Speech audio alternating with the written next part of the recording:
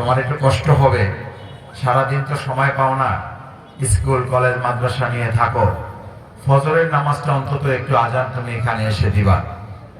আমার মনে আছে আমার আব্বাকে আমার মাকে আমি বলতাম আমাকে জাগাই দিবেন, আমি ফজরের নামাজের আজানটা এই মসজিদে এসে আমি একটু দিব।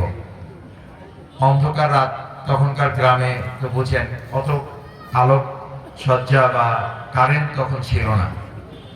আমার মনে আছে আমাদের বাসায় একটা ম্যাচ লাইট থাকতো, ওই ম্যাচ লাইটটা জ্বালাইয়া আমি ধরে ধরে তারপরে এই মসজিদে এসে ফজরের আজান দিতাম।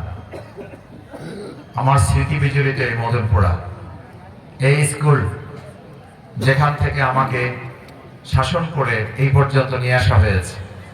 আমার সেই শ্রদ্ধেয় শিক্ষক যারা মৃত্যুবরণ করেছেন, আমার শিক্ষক মণ্ডলী যারা মৃত্যুবরণ করেছেন, শিক্ষিকারা যারা মারা গেছেন, আমি তাদেরকে বিশেষভাবে স্মরণ করি। তার সাথে আমার শ্রদ্ধেয় বাবা অধ্যাপক সিরাজউদ্দিন খান, তিনি একজন শিক্ষক ছিলেন। আমি তাকে সহ আমার সম্মানিত শ্রদ্ধেয় মুরব্বীরা যারা দুনিয়া ছেড়ে চলে গেছেন, আল্লাহ তাআলা তাদেরকে মাফ করে জান্নাতবাসী হিসেবে কবুল করুন। আমার মদনপুরবাসী, আমি আপনাদের কাছে কোনো বক্তব্য দেওয়ার জন্য আজকে দাঁড়াইনি। আজকে শেষ দিন, আমি আপনাদের কাছে দোয়া চাওয়ার জন্য দাঁড়িয়েছি। আমার এখানে এমন অনেক মায়েরা আছেন, বোনেরা আছেন, যারা আমি জেলখানায় থাকা অবস্থায় রোজা রেখে আমার জন্য দোয়া করেছেন। এমন অনেক বোনেরা আছেন, আমার চাচিরা